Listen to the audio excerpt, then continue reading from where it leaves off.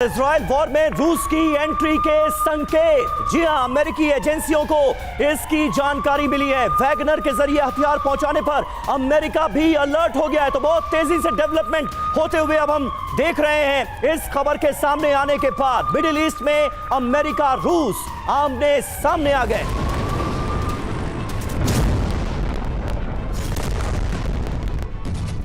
तो हिजबुल्लाह तक रूसी हथियार का पहुंचना बेहद बड़ी बात है, खतरनाक बात है।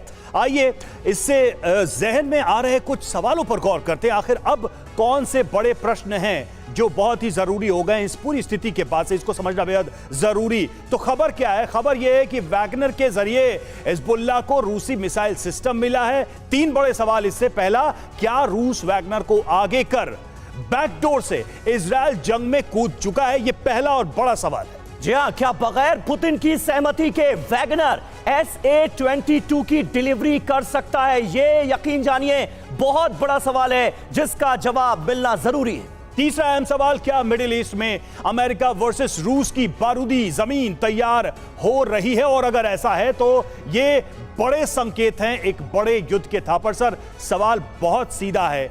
अमेरिका वर्सेस रूस, अगर ये वॉर ग्राउंड कन्वर्ट हो जाता है तो कितना भयानक अंजाम आप देखते हैं? देखिए, शुरू से हम देख रहे हैं कि इस लड़ाई में विश्व पूरे दो गुटों में बंट गया है, और ग्लोबल वेस्ट और ग्लोबल साउथ। और अमेरिका ने पहल की, इजराइल के सपोर्ट में आया, अपने वॉरशिप्स भी भेजे और पहले दिन से सपोर्ट कर रहा है। तो चाइना और रशिया भी पीछे नहीं रहना चाहते थे।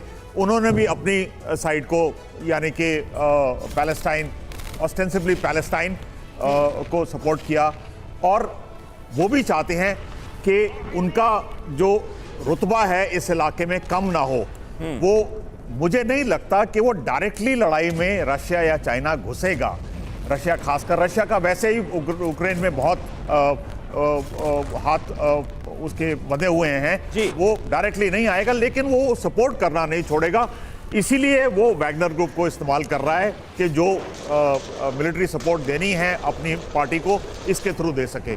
लेकिन सर, रशिया को वाया यूक्रेन अमेरिका ने किस कदर रूस यूक्रेन जंग के मैदान में परेशान कर रखा है, ये तो हम सब जानते हैं। तो क्या यहां पर रशिया वर्सेस अमेरिका करके अमेरिका को मिडिल ईस्ट में उलझाने की भी प्लानिंग हो सकती है? ये बड़ा सवाल है। एक और अहम खबर है, जेनिन में इजरायली फोर्स पर हमला हुआ है। हमास समर्थकों ने इस हमले को अंजाम दिया। हमले का एक नया वीडियो भी सामने आया है, तस्वीरें आपके सामने।